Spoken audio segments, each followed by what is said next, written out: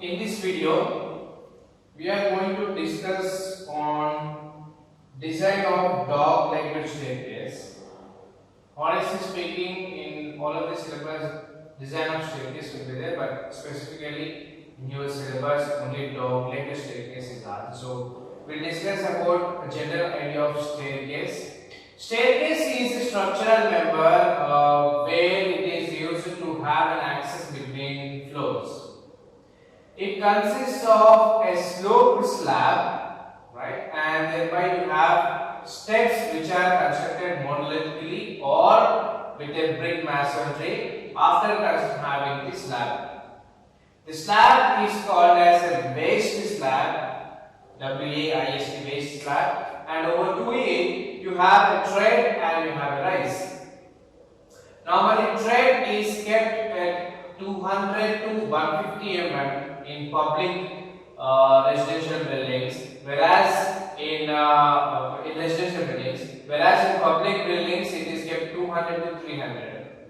Rise is normally kept 150 in residential buildings and 180 in residential buildings and 150 in commercial buildings or public buildings.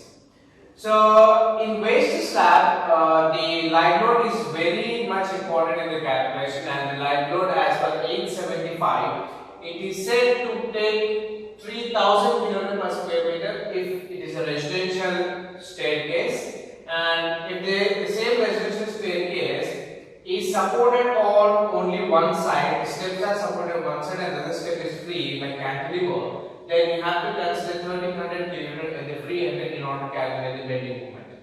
And if it is a public buildings, you have to calculate, you have to take 5 kN per square meter per staircase. It is huge. Now, when you have a staircase, normally we have a sloped slab which we call it as a flight, right? Normally we have two flights for any floor, and between we have a landing, flight 1, flight 2, and then we have a landing. Based upon these flights, there are types of staircases which you have studied in building materials and construction practice. Now this is a typical denotation of dog-legged staircase. You have one flight here, then you have a landing, then you have another flight where you will reach to the next floor. Based upon the span of the staircase, the staircase is categorized into two types: spanning horizontally and spanning longitudinally. Spanning longitudinally and spanning horizontally is a staircase. Imagine you are moving on a staircase, you are accessing a staircase. If the staircase is having supports on either sides along longitudinally, if I am going on a staircase, I have supports on either sides of the staircase. It can be a wall on both sides, it can be a wall on one side, it can be a beam on one side, it can be two beams on either sides. If it is in this case, then the staircase is said to be spanning horizontal because the load is distributed towards the supports on either sides.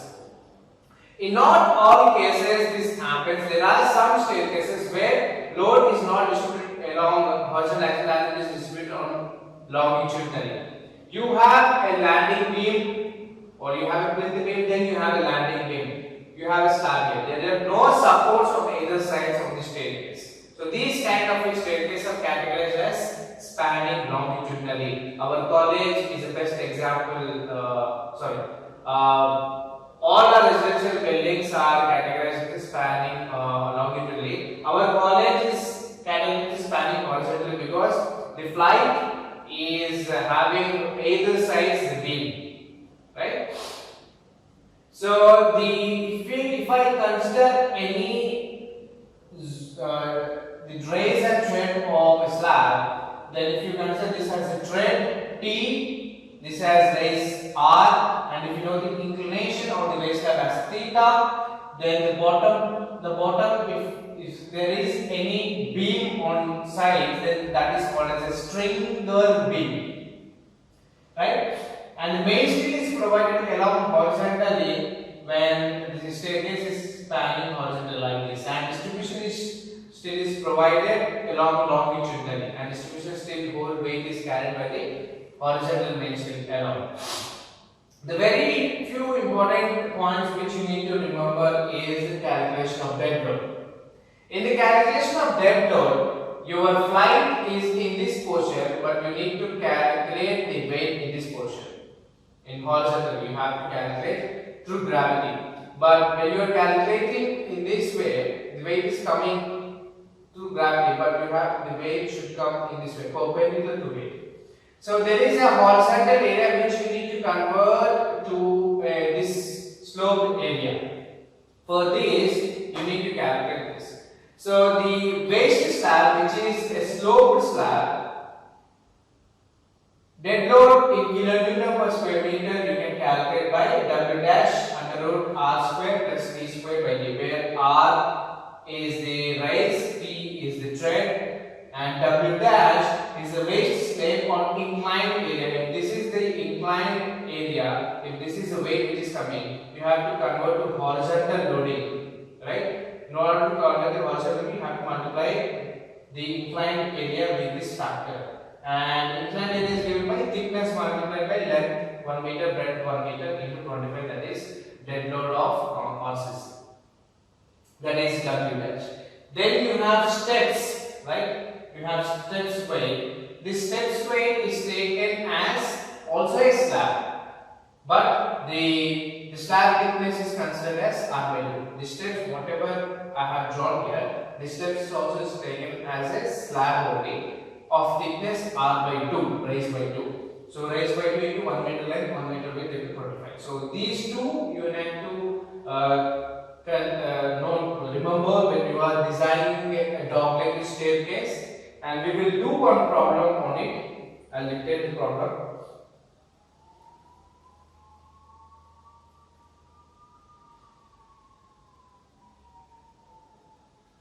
Design a dog-legged staircase. Design a dog-legged staircase for a building in which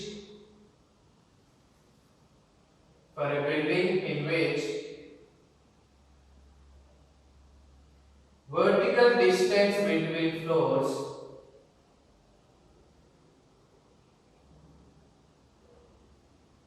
is 3.6 meters. Design a dog-legged staircase for a building in which vertical distance between floor is 3.6 meters. The stair hall measures 2.5 meters. The stair hall measures 2.5 meters by 5 meters.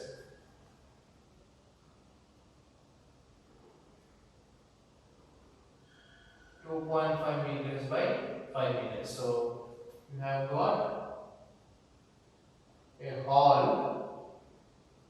This is 2.5 meters and this is 5 meters. This is the hall. And you also have got 3.5 meters height. Right?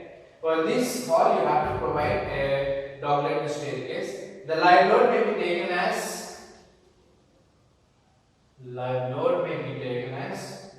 2500 Newton per meter square. Use M20 grade concrete and Fe415 steel bars. This is the problem. So first, you need to arrange staircase here. So you need to calculate the tread width, raise height, and you also need to calculate the number of steps. First, we will do those. That is categorized as general arrangement of stair. First is that. If that diagram is given, this is not necessary. Okay. So design step is first number 1.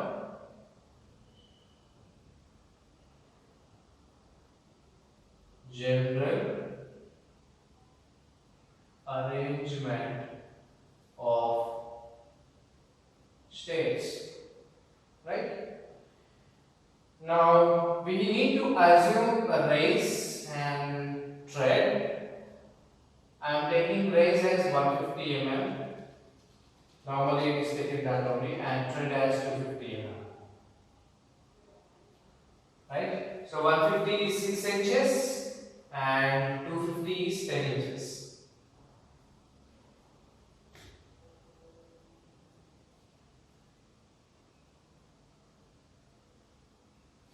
Now you have got 2.5 meters. So if you take center of this, then each of these will be of 1.25. So in order to have handrail, I'll take each flight width as 1.2 meters. This is 1.2 meters and this is also 1.2 meters. So this is called as what?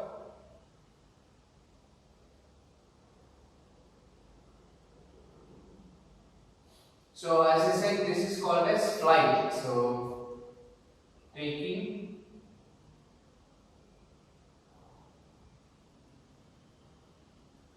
flight width as 1.2 meters. Whatever we are doing general arrangements, we will produce the same thing, right? Now, in dog-legged staircase, we have two flights here, as I mentioned here. This is not exactly center. Oh, okay, fine.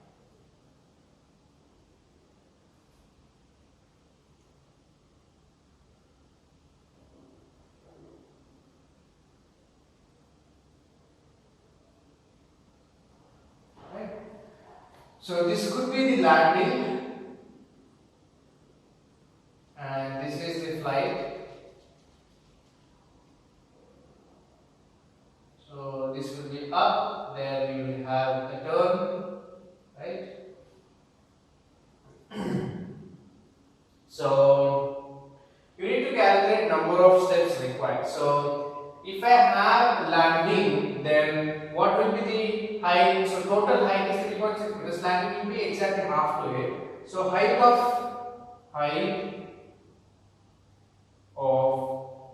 each flight. So vertical height of each flight will be total height divided by 2. It will be center. It is 1.8 meters. So we'll calculate number of risers.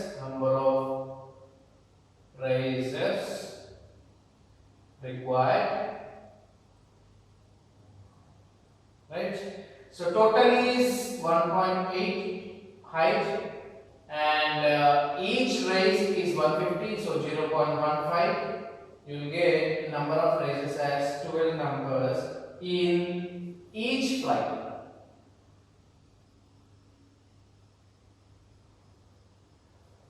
Right? 12 numbers raises you get. So 1, 2, 3, 4, 5, 6. So 12 flights will reach the landing. From landing to the next 12 numbers risers will reach to the next floor. So number of risers, the number of treads in each flight. Now number of treads in each flight is, if you calculate the number of risers minus 1 would be the number of treads. So this is 11 numbers. So if you have 11 numbers, then how much is the space occupied or the length occupied by the flight alone you can calculate.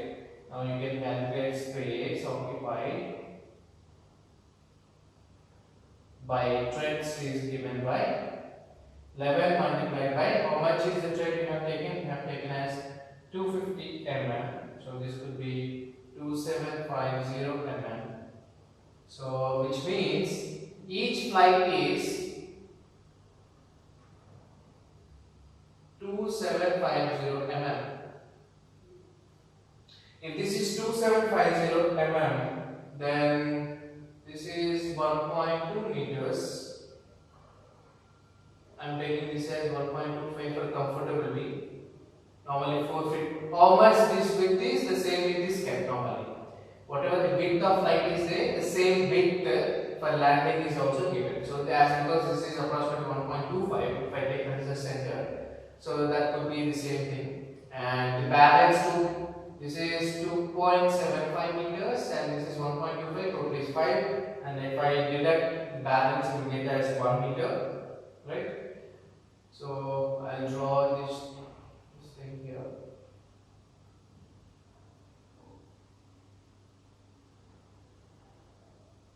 I'll get 12 lines there.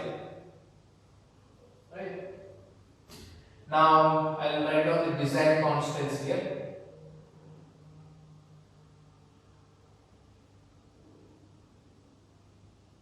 So what are the design constants we have got here? Design constants are FCK is equals to 20 Newton per mm square. Fy equals to 415 Newton per mm square. Now limiting total axis XU max by D equals to how much? 0.48.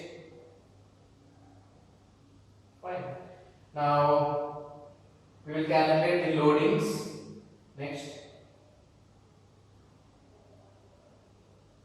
Computation of loading and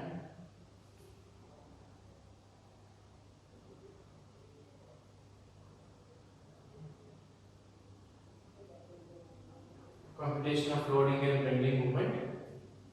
So as I said, the first loading will be dead load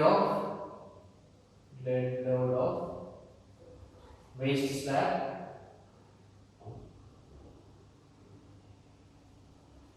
W1 is given by, so thickness of waste slab into 1 into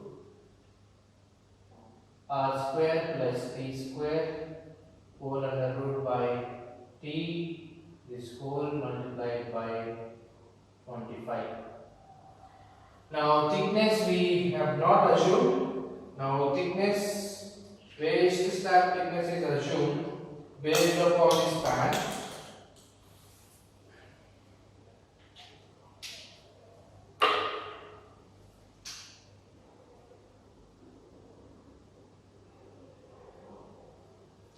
So waste slab thickness is assumed as 40 to 50 mm per meter. 40 to 50 per meter, right?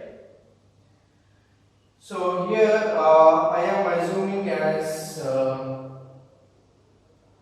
say I am taking it as 200 mm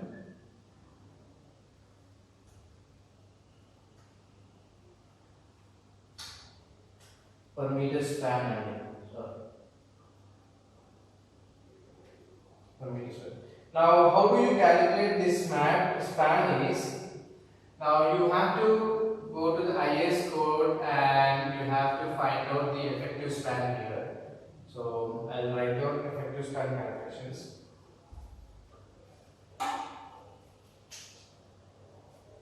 Here we have listed out. In general design itself we have to calculate effective span.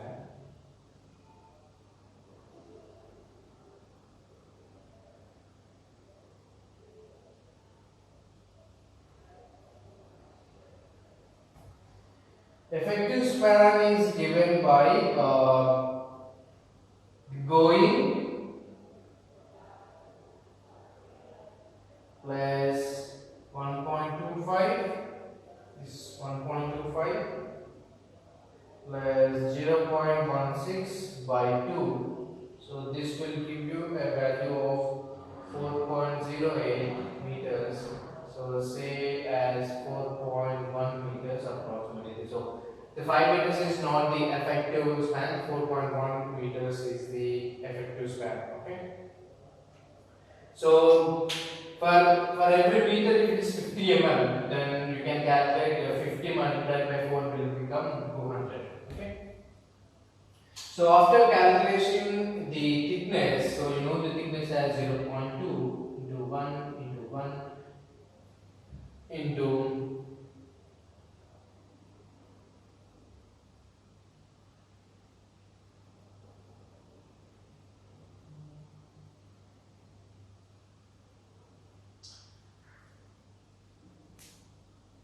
so raise is how much? 0.15 square plus tread is 0.25 whole under root into tread is 0.25, this whole multiplied by 25. If we calculate this value, we will get as 5.83 kilonewton per meter.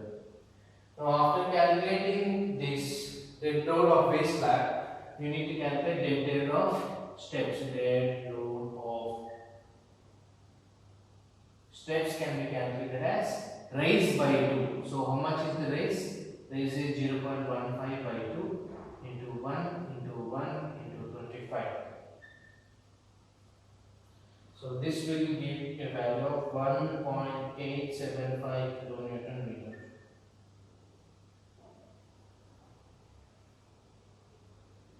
Okay.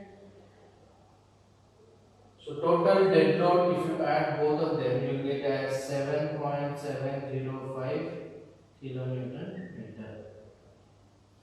So total dead load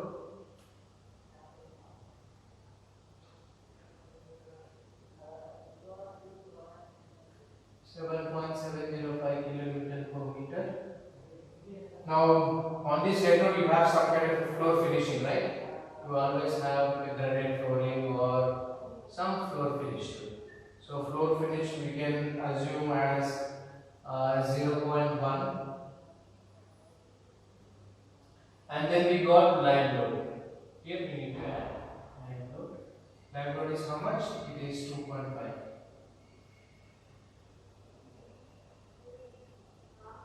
So if you add all of them, then you will get W as 10.305 kilonewton per meter.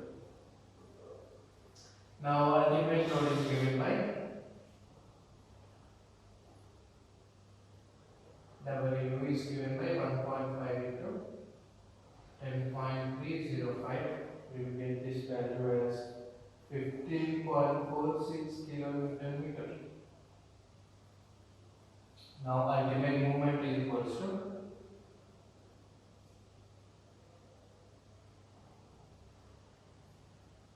WU L square by 8. This is L effective. So 15.46 L effective square we have calculated here. This is L effective 4.1 square divided by 8. I will get this value as 32.485 into 10 power 6 Newton mm. Now we will design for the waste, check for waste slab, because we have assumed how much? We have taken as 200 mm thick, I think.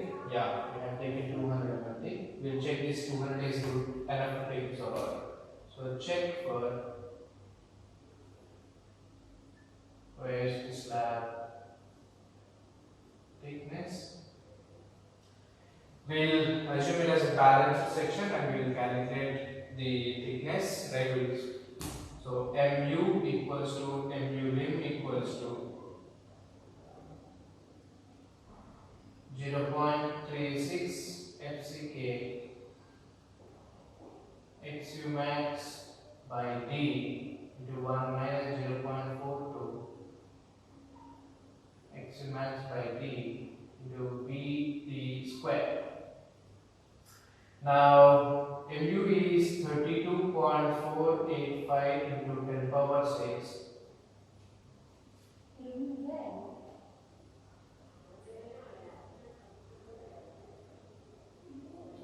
Equals to 0.36, FCK is 20, X max is 0.48, 1 minus 0.42 into 0.48. B is taken as again same slab. Staircase is also a slab, so B is also taken as 1000 into B square. And if you have to calculate D, you are getting as 108.5 mm. Now, once you know the thickness, you can calculate the steel. So, area of reinforcement required.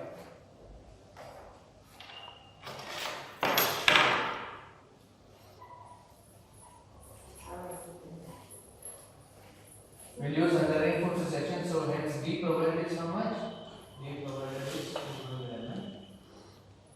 So for under reinforced section, mu equals to 0.87 Fy AST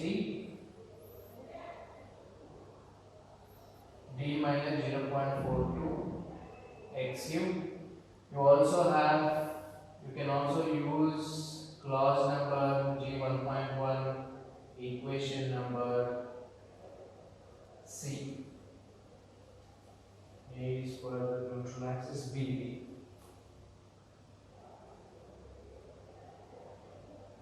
B equation also we can use. So mu is 32.485 into 10 power 6, 0.87 into 415. AST you have to calculate.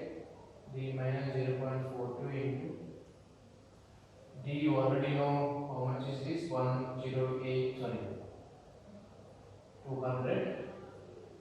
XU is 0.87 Fy AST by 0.36 FCK B. You will get a quadratic equation from which you can calculate AST as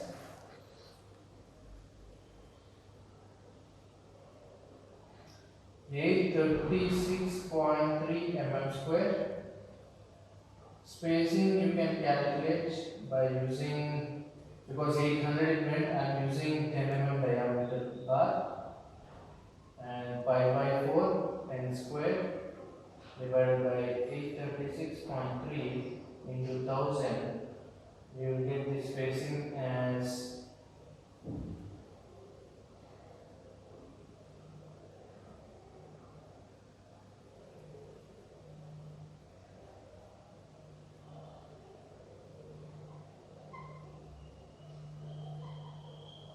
So similarly calculate distribution stream.